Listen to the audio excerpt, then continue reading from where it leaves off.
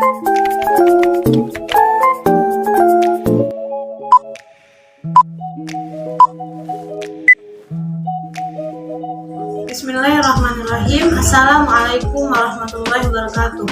Perkenalkan, nama saya Ardila Hornisa Fajri, NIM 212104040013. Saya dari Prodi Sejarah Peradaban Islam Fakultas Usuluddin Adab dan Humaniora. Di sini saya akan menjelaskan materi dari bab 1 sampai materi bab 5 dari mata kuliah arkeologi yang diampu oleh Bapak Mawardi Purbo Sanjaya. Di sini saya akan menjelaskan tentang pengertian arkeologi. Arkeologi berasal dari kata arseo yang berarti kuno dan logos yang berarti ilmu. Sehingga arkeologi adalah ilmu yang mempelajari perihal kuno atau yang disebut juga dengan ilmu kepurbakalaan. Arkeologi adalah ilmu yang mempelajari kebudayaan masa lalu melalui kajian sistematis atas data bendawi yang ditinggalkan. Tujuan dari penelitian arkeologi adalah merekonstruksi sejarah kebudayaan, merekonstruksi tingkah laku, dan menggambarkan proses perubahan budaya.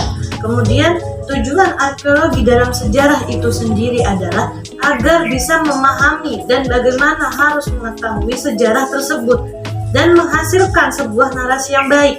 Hakikat kerja arkeologi menurut pernyataan M.B. Schiffer adalah tentang proses transformasi budaya.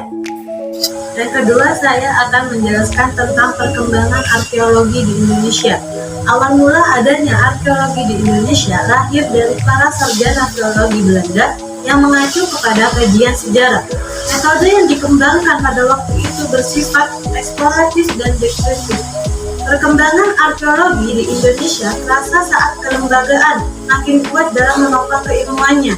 Tahun 1980 dalam lingkup keilmuan kepurbakalaan muncul kecenderungan yang tidak lagi mengacu kepada paradigma lama, yaitu tidak lagi hanya menyusun sejarah budaya manusia dan merekonstruksi pola-pola kehidupan manusia pada masa lampau yang kadang tidak teruji, tetapi juga menghasilkan dalil-dalil tentang hubungan tindakan manusia dengan budaya bendawi yang dihasilkan dalam kerangka proses budaya.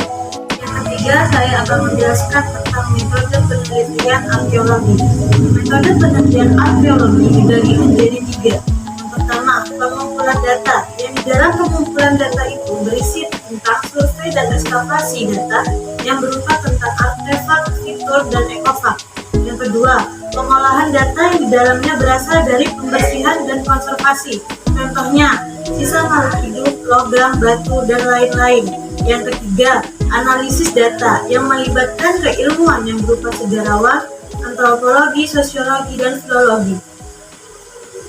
Yang keempat, saya akan menjelaskan tentang ekskavasi dan penelusuran data arkeologi.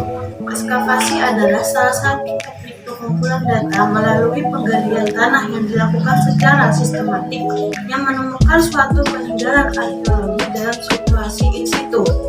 Sebelum ekskavasi dilakukan beberapa tahapan kerja, yaitu membuat peta wilayah yang akan diteliti, membuat peta yang akan diteliti ataupun digali, dan yang terakhir menetapkan keletakan kotak yang akan digali.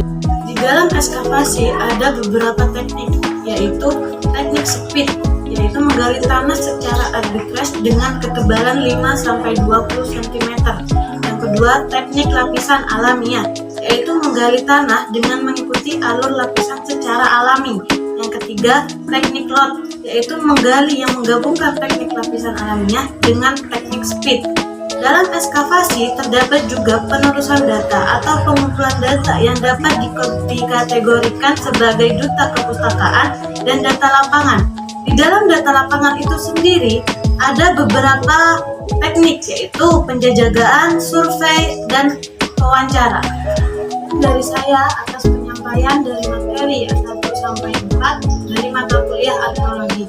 Semoga bermanfaat. Wassalamualaikum warahmatullahi wabarakatuh.